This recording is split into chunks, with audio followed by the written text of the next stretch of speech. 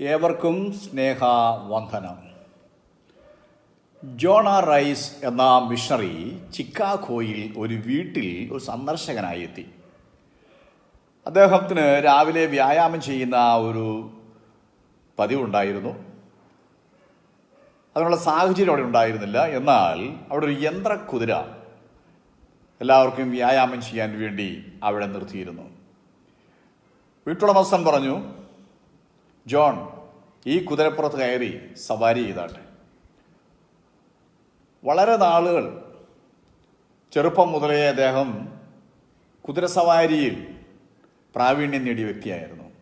എന്നാൽ ഇവിടെ വന്നപ്പോൾ ഒരു യന്ത്രക്കുതിരയാണ്, ഇലക്ട്രിക് കുതിരയാണ്. അപ്പോൾ ആ കുതിരപ്പുറത്ത് കയറി വ്യായാമം ചെയ്തു കൊള്ളാൻ ആ ഉടയവൻ പറഞ്ഞതുകൊണ്ട് അദ്ദേഹം ആ കുതിരപ്പുറത്ത് കയറി. സ്റ്റാർട്ട് ബട്ടൺ ഇട്ടപ്പോൾ കുതിര കുതിക്കുന്നത് പോലെ അത് അനുഭവപ്പെട്ടു. തുടർന്ന് അത് ചലിക്കുന്നത് പോലെയും അത് ശരീരം കുലുക്കുന്നത് പോലെയും അതുപോലെ ഇരുവശങ്ങളിലേക്കും ചരിയുന്നത് പോലെയൊക്കെ ഒരു പ്രതീതി ഉളവാക്കി. അരമണിക്കൂർ നേരം ഇത് തുടർന്നു. അത് കഴിഞ്ഞ് അദ്ദേഹം സ്റ്റോപ്പ് ബട്ടൺ പ്രസ് ചെയ്ത് കഴിഞ്ഞപ്പോൾ കുതിര നിന്നു. എന്ന് പറഞ്ഞാൽ അതിൻ്റെ എഞ്ചിൻ്റെ പ്രവർത്തനം നിന്നു. അദ്ദേഹം എവിടെ നിന്നാണോ കയറിയത് അവിടെ തന്നെ അദ്ദേഹം ഇറങ്ങി.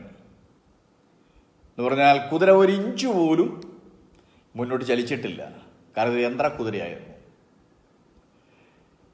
ഇദ്ദേഹം ചെറുപ്രായം മുതൽ കുതിരസവാരി ചെയ്തിട്ടുള്ളൊരു വ്യക്തിയായതുകൊണ്ട് അദ്ദേഹം ഈ യന്ത്രക്കുതിരയിൽ കയറി കഴിഞ്ഞപ്പോൾ അദ്ദേഹത്തിന് ഒരു അരോചക ആയിട്ടാണ് അത് അനുഭവപ്പെട്ടത്. ഇതുപോലെയാണ് ഇന്നത്തെ പ്രാർത്ഥനായോഗങ്ങൾ, ഉപവാസ പ്രാർത്ഥനകൾ, ആരാധനായോഗങ്ങൾ, കൺവെൻഷനുകളെല്ലാം നടക്കുന്നത്. 1 ഡേ ഫാസ്റ്റിംഗ് ഉണ്ട്, 3 ഡേയ്സ് ഫാസ്റ്റിംഗ് ഉണ്ട്, 21 ഡേയ്സ് ഉണ്ട്, 40 ഡേയ്സ് ഉണ്ട്. ഇതെല്ലാം തന്നെ യന്ത്രക്കുതിരയിൽ കയറിയിരിക്കുന്ന ഒരു പ്രതീതി. കുതിക്കുന്നത് പോലെ തോന്നും, ചലിക്കുന്നത് പോലെ തോന്നും, ശരീരമാകെ തന്നെ ഒന്ന് ഇളകി മറിയുന്നത് പോലെയൊക്കെ ഒരു അനുഭവം ഉണ്ടാക്കും. പക്ഷേ ആ കുതിര നിന്നെടുത്ത് നിന്ന് ഒരു ഇഞ്ച് പോലും നീങ്ങുന്നില്ല. ഇന്ന് നിരവധി സഭകളുടെ സ്ഥിതി ഇതാണ്. ആ നിൽക്കുന്ന നിൽപ്പിൽ നിന്ന് ഒരു ഇഞ്ച് പോലും നീങ്ങുന്നില്ല. എന്ന് പറഞ്ഞാൽ പ്രാർത്ഥന കൊണ്ട് യാതൊരു മാറ്റവും ജനത്തിനുണ്ടാകുന്നില്ല. ഒരു രോഗി സൗഖ്യം പ്രാപിക്കുന്നില്ല. മാരക വ്യാധി പിടിച്ചവരെ കൊണ്ട് ഇന്ന് സഭകൾ നിറഞ്ഞു കഴിഞ്ഞിരിക്കുക. സമാധാനമില്ലായ്മ, സന്തോഷമില്ലായ്മ. എത്ര പ്രാർത്ഥിച്ചിട്ടും എത്ര ഉപവസിച്ചിട്ടും എത്ര കൺവെൻഷൻ കൂടിയിട്ടും യാതൊരു സമാധാനമോ യാതൊരു വിധത്തിലുള്ളതായ സന്തോഷമോ ഇല്ലാത്ത ഒരു പ്രതീതിയാണ് ഇന്ന് ഉളവായിക്കൊണ്ടിരിക്കുന്നത്. കാരണം എന്താണെന്ന് ചോദിച്ചാൽ, ആരംഭം മുതലേ ഇതിനനുഭവിച്ചിട്ടുള്ള ആൾക്കാർ, പ്രാർത്ഥനയുടെ ശക്തി അനുഭവിച്ചിട്ടുള്ളവർ, ആരാധനയുടെ ശക്തി അനുഭവിച്ചിട്ടുള്ളവർ, പ്രാർത്ഥിച്ചാൽ രോഗശാന്തി, അത്ഭുതങ്ങൾ, അടയാളങ്ങൾ കണ്ടിട്ടുള്ള വ്യക്തികളെ സംബന്ധിച്ചിടത്തോളം ഇന്നത്തെ പല പ്രകടനങ്ങളും യന്ത്രക്കുതിരയിൽ കയറിയിരുന്ന് സ്റ്റാർട്ട് ബട്ടൺ അമർത്തുന്നത് പോലെ മാത്രമേ ഉള്ളൂ. സുഹൃത്തെ, അതെല്ലാം യാഥാർത്ഥ്യങ്ങളിൽ നിന്നൊക്കെ വളരെ അകലെയാണ്. എങ്ങനെ പ്രാർത്ഥിക്കണം, എന്താണ് പ്രാർത്ഥിക്കേണ്ടത്, ആരാണ് പ്രാർത്ഥിക്കേണ്ടതെന്നൊക്കെ വിശുദ്ധ ബൈബിളിൽ വ്യക്തമായിട്ടുള്ളതായ ഉദാഹരണ സഹിതം അവിടെ എല്ലാം രേഖപ്പെടുത്തിയിരിക്കുന്നത് നമുക്ക് കാണുവാനായിട്ട് കഴിയുന്നുണ്ട്. എപ്പഫ്രാസ് എന്ന് പറയുന്നതായ വ്യക്തിയെക്കുറിച്ച് അപ്പോസ്തലനായ പൗലോസ് കൊലോസ് ലേഖനം 4-13 വാക്യങ്ങളിൽ പ്രതിപാദിച്ചിട്ടുണ്ട്. പൗലോസ് ഇങ്ങനെയാണ് പറഞ്ഞിരിക്കുന്നത്. പ്രാർത്ഥനയിൽ പോരാടുന്ന എപ്പഫ്രാസിനെ കുറിച്ച് പൗലോസ് പറഞ്ഞിരിക്കുന്നത്, നിങ്ങളിൽ ഒരുത്തനായ ക്രിസ്തുയേശുവിന്റെ ദാസനായ എപ്പഫ്രാസ് നിങ്ങളെ വന്ദനം ചെയ്യുന്നു. നിങ്ങൾ തികഞ്ഞവരും ദൈവഹിതം സംബന്ധിച്ചൊക്കെയും പൂർണ്ണ നിശ്ചയമുള്ളവരുമായി നിൽക്കേണ്ടതിന് അവൻ പ്രാർത്ഥനയിൽ നിങ്ങൾക്ക് വേണ്ടി എപ്പോഴും പോരാടുന്നു. ഞാൻ ആരംഭത്തിൽ പറഞ്ഞ പോലെ എങ്ങനെ പ്രാർത്ഥിക്കണമെന്ന് ബൈബിൾ വ്യക്തമായി പഠിപ്പിക്കുന്നുണ്ട്. ഉദാഹരണ സഹിതമാണത്. നമുക്കെല്ലാവർക്കും മനസ്സിലാകുന്ന രീതിയിൽ അത് വെളിപ്പെടുത്തി നമുക്ക് കാണുവാൻ കഴിയുന്നുണ്ട്. എപ്പഫ്രാസ് കൊലോസിയ പട്ടണത്തിൽ ജനിച്ചു വളർന്നവനായിരുന്നു. എപ്പഫ്രാദിത്തോസ് എന്ന് മറ്റൊരു സ്ഥലത്ത് രേഖപ്പെടുത്തിയിരിക്കുന്നുണ്ട്. എപ്പഫ്രാദിത്തോസിൻ്റെ ചുരുങ്ങിയ രൂപമാണ്, അല്ലെങ്കിൽ ചുരുക്കെഴുത്താണ് എപ്പഫ്രാസ് എന്നുള്ളത്. പൗലോസിന് കാരാഗ്രഹത്തിൽ ധനസഹായം എത്തിച്ചു കൊടുത്തത് ഈ എപ്പഫ്രാസാണ്. മാത്രമല്ല, ഒരു സഹതടവുകാരനെ പോലെ പൗലോസിൻ്റെ കൂടെ വീട്ടുതടങ്കിലായിരുന്നപ്പോൾ തനിക്ക് വേണ്ടി എല്ലാ സഹായങ്ങളും ചെയ്തു കൊടുത്തതും എല്ലാവിധത്തുള്ള ഒത്താശ ചെയ്തു കൊടുത്തതും ഈ എപ്പഫ്രാസാണ്. പൗലോസിന് കൊലോസ്യയിലും ലവോദിക്കയിലും ഹീരപ്പൊലിയിലും കടന്നു പോകണമെന്ന് ആഗ്രഹമുണ്ടായിരുന്നു. അവിടെയൊക്കെ സുവിശേഷ ഘോഷം നടത്തണമെന്ന് ആഗ്രഹമുണ്ടായിരുന്നു. പക്ഷേ അതൊന്നും സാധിച്ചില്ല എന്ന് കൊലോസ്യ 4:2 വാക്യത്തിൽ നമ്മൾ പരിശോധിക്കാൻ കാണാണ്ട് കഴിയുന്നുണ്ട്. എന്നാൽ അവിടെകളെല്ലാം സുവിശേഷ പ്രവർത്തനം നടത്തിയതും സഭകൾ ആരംഭിച്ചതും എപ്പഫ്രാസാണ്. കൊലോസ്യ 4:13 വാക്യം വായിക്കുമ്പോൾ അത് കാര്യം നമുക്ക് കാണാൻ കഴിയുന്നുണ്ട്.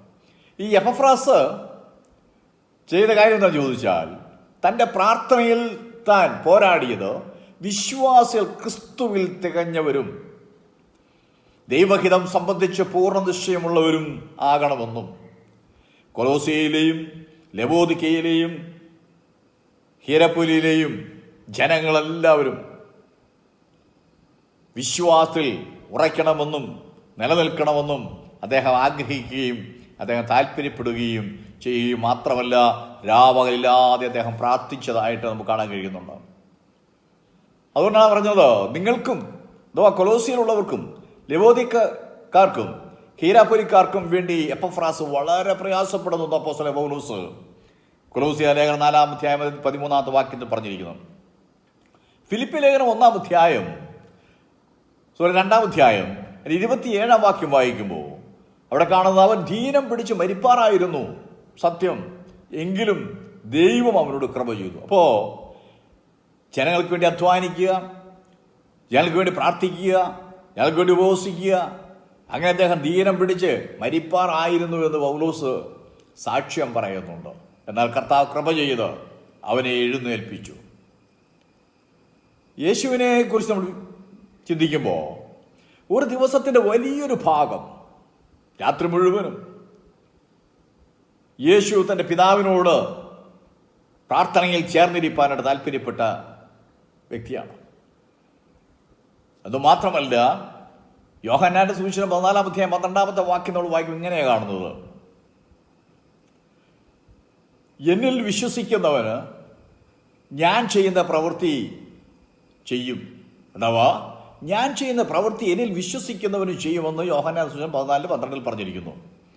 പ്രവൃത്തി എന്ന് പറഞ്ഞാൽ മിക്കവരും ചിന്തിച്ചിരിക്കുന്നത് യേശു ചെയ്തതുപോലെ രോഗശാന്തി, യേശു ചെയ്തതുപോലെ ഭൂതങ്ങളെ പുറത്താക്കൽ, യേശു ചെയ്തതുപോലെ അത്ഭുതങ്ങളും അടയാളങ്ങളും എന്ന് മാത്രമായി ചിന്തിക്കുക. അതുണ്ട്, ഇല്ലെന്നല്ല ഞാൻ പറയുന്നത്. പക്ഷേ ആ കൂട്ടത്തിൽ തന്നെ യേശു ചെയ്ത പ്രവൃത്തി പ്രാർത്ഥനയാണ്. പിതാവിനോട് ചേർന്നിരിക്കുന്നു, ജനങ്ങൾക്ക് വേണ്ടി താൻ പ്രാർത്ഥിക്കുന്നു, രാത്രി മുഴുവൻ ഇരുന്ന് പ്രാർത്ഥിക്കുന്നു. ആരംഭകാലങ്ങളിലെ ശുശ്രൂഷകന്മാരെല്ലാവരും ഇതുപോലത്തെ പ്രാർത്ഥനാ വീരന്മാരായിരുന്നു, പ്രാർത്ഥനയിൽ പോരാടുന്നവരായിരുന്നു. അതുകൊണ്ടാണ് ഇന്ന് നമ്മൾ കാണുന്ന ഈ സഭകളൊക്കെയും ഈ നിലവാരത്തിലേക്ക്, അഥവാ ഇത്രയധികം സഭകൾ എണ്ണത്തിൽ പെരുകുവാനിടയായി തീർന്നതിൻ്റെ കാരണം അതുകൊണ്ടാണ്. എന്നാൽ ഇന്ന് യന്ത്രക്കുതിരയുടെ മുകളിലിരിക്കുന്നത് പോലെ ഇത്ര ദിവസത്തേക്ക് ആ ഫ്ലക്സ് അടിക്കുന്നതും അവിടെ കാണിക്കുന്ന കോലാഹലം മാത്രമല്ലാതെ യാതൊരു കാര്യം നടക്കുന്നില്ല. പുതുതായിട്ട് ഒരാൾ പോലും വരുന്നില്ല, ഒരാൾക്ക് പോലും ഒരു വിടുതൽ നടക്കുന്നില്ല. വിടുതലാണെന്ന് അനൗൺസ്മെന്റ് കേൾക്കാമെന്നുള്ളതല്ലാതെ കാര്യമൊന്നും നടക്കുന്നില്ല. കേൾക്കുന്ന പ്രിയ സഹോദര സഹോദരി, മാതാവേ പിതാവേ, ഒരു മടങ്ങിവരവിൻ്റെ സമയമാണിത്, ഒരു മടങ്ങിവരവിൻ്റെ സമയമാണിത്. യാന്ത്രികമായിട്ടുള്ളത് നിർത്തുക, യഥാർത്ഥമായിരിക്കുന്ന ക്രിസ്തു കാണിച്ചതായ മാർഗത്തിലേക്ക് മടങ്ങി വരിക, അപ്പോസ്തലന്മാർ കാണിച്ച മാതൃകയിലേക്ക് നമുക്ക് മടങ്ങി വരാം. പൂർവ്വപിതാക്കന്മാർ കാണിച്ച മാതൃകയിലേക്ക് നമുക്ക് മടങ്ങി വരാം. നമ്മളെ കർത്താവ് സഹായിക്കും. കർത്താവിൻ്റെ സാന്നിധ്യം ഇന്നുമുണ്ട്. അവൻ ഇന്നലെയും ഇന്നും എന്നേക്കും അനന്യനാണ്. പ്രാർത്ഥിക്കുന്നവനെ കൈവിടാത്തവൻ, ഉപവസിക്കുന്നവനെ സഹായിക്കുന്നവൻ, ആരാധിക്കുന്നവൻ്റെ കൂടെ ഇരിക്കുന്നവൻ, സുവിശേഷ പ്രവർത്തനങ്ങളിലും ആത്മാക്കളെ നേടുന്ന കാര്യത്തിലും ഉത്സാഹത്തോടെ നിന്നാൽ കർത്താവിൻ്റെ പ്രവൃത്തി നമുക്ക് കാണുവാനിടയാവും. ആയാൽ അതിനുവേണ്ടി നമുക്ക് ഉത്സാഹിക്കാം. എന്നെ കേൾക്കുന്ന പ്രിയ സഹോദര, പ്രിയ സഹോദരി, പ്രിയ മാതാവേ, പ്രിയ പിതാവേ, പ്രിയ കുഞ്ഞെ, ഇന്നത്തെ ഈ യാന്ത്രികമായ കാര്യത്തിൽ അകപ്പെട്ടു പോകാതെ ഇതിൻ്റെ സത്യസന്ധമായിരിക്കുന്ന കാര്യങ്ങളെല്ലാം വിശുദ്ധ ബൈബിൾ പരസ്യമായിട്ട് പ്രഖ്യാപിക്കുന്നുണ്ട്. അത് മനസ്സിലാക്കി നാളുകളിൽ പ്രാർത്ഥിച്ച് വിടുതൽ പ്രാപിക്കുക, പ്രാർത്ഥിച്ച് ആശ്വാസം പ്രാപിക്കുക, പ്രാർത്ഥിച്ച് ദൈവകൃപ പ്രാപിക്കുക, മറ്റുള്ളവരെ സഹായിക്കുക. ഇതിനുവേണ്ടി നമുക്ക് ഒരുങ്ങാം. അതിനുവേണ്ടി കർത്താവ് നമ്മളെ സഹായിക്കും. ഞാൻ നിങ്ങൾക്ക് വേണ്ടി പ്രാർത്ഥിക്കാം. നിങ്ങൾ ഇതുവരെ ഈ ചാനൽ സബ്സ്ക്രൈബ് ചെയ്തിട്ടില്ലെങ്കിൽ സബ്സ്ക്രൈബ് ചെയ്യുകയും ലൈക്ക് ചെയ്യുകയും ഷെയർ ചെയ്യുകയും ചെയ്യുക. കമൻറ്റ് ബോക്സിൽ നിങ്ങളുടെ പ്രാർത്ഥനാ വിഷയം കമൻറ്റ് ചെയ്താൽ നിശ്ചയമായും ഞാൻ നിങ്ങൾക്ക് വേണ്ടി പ്രാർത്ഥിക്കാം. ഇപ്പോൾ ഞാൻ നിങ്ങൾക്ക് വേണ്ടി പ്രാർത്ഥിക്കാൻ പോവുകയാണ്. പരിശുദ്ധ പിതാവേ, നന്ദിയോടെ ഞാൻ സ്തുതിക്കുന്നു. കർത്താവെ വാഴ്ത്തു. നല്ല സമയത്തിനായി സ്തുതിക്കുന്നു. എന്നെ കേൾക്കുന്ന ഈ പ്രിയപ്പെട്ടവർ, ആ സഹോദരൻ, ആ സഹോദരി, ആ മാതാവ്, ആ പിതാവ്, ആ കുഞ്ഞ്, കർത്താവെ അവരെ ആശ്വസിപ്പിക്കുമാറാകണമേ. നാളുകളേറെയായി പല സ്ഥലത്തും പലയിടങ്ങളിലും പോയി നടന്ന യാതൊരു സൗഖ്യം കിട്ടാതെ, യാതൊരു ആശ്വാസം കിട്ടാതെ, യാതൊരു വിധത്തിലുള്ള സമാധാനം കിട്ടാതെ ആയിരിക്കുന്നു. എന്നാൽ ഈ സമയത്ത് ഞാൻ പ്രാർത്ഥിക്കുമ്പോൾ നീ വിടുതലിൻ്റെ കരം വയ്ക്കുമാറാകണമേ. അവരെ സൗഖ്യമാക്കണമേ. അവരെ സമാധാനം നടത്തുമാറാകണമേ. അവരുടെ ജോലിയിലൊക്കെ ഇതിന് സാന്നിധ്യം ഉണ്ടാകും. വിദ്യാഭ്യാസം കൂടുതൽ സാന്നിധ്യം ഉണ്ടായിരിക്കണം. അവരെല്ലാ കഷ്ടങ്ങളും വിടുവിച്ചാട്ടെ. സാമ്പത്തിക ബുദ്ധിമുട്ട്, ഞെരുക്കങ്ങൾ, പ്രയാസങ്ങൾ, പ്രശ്നങ്ങൾ വിടുവിക്കണമേ. ആ രോഗത്തിൽ നിന്ന് അവരെ നീ വിടുവിക്കണമേ കർത്താവേ. എല്ലാം നന്മയാൽ നിറയ്ക്കണമേ. പ്രാർത്ഥന കേട്ടിരിക്കാൻ സ്തുതിക്കുന്നു. യേശുക്രിസ്തുവിൻ്റെ നാമത്തിൽ തന്നെ. ആമേൻ.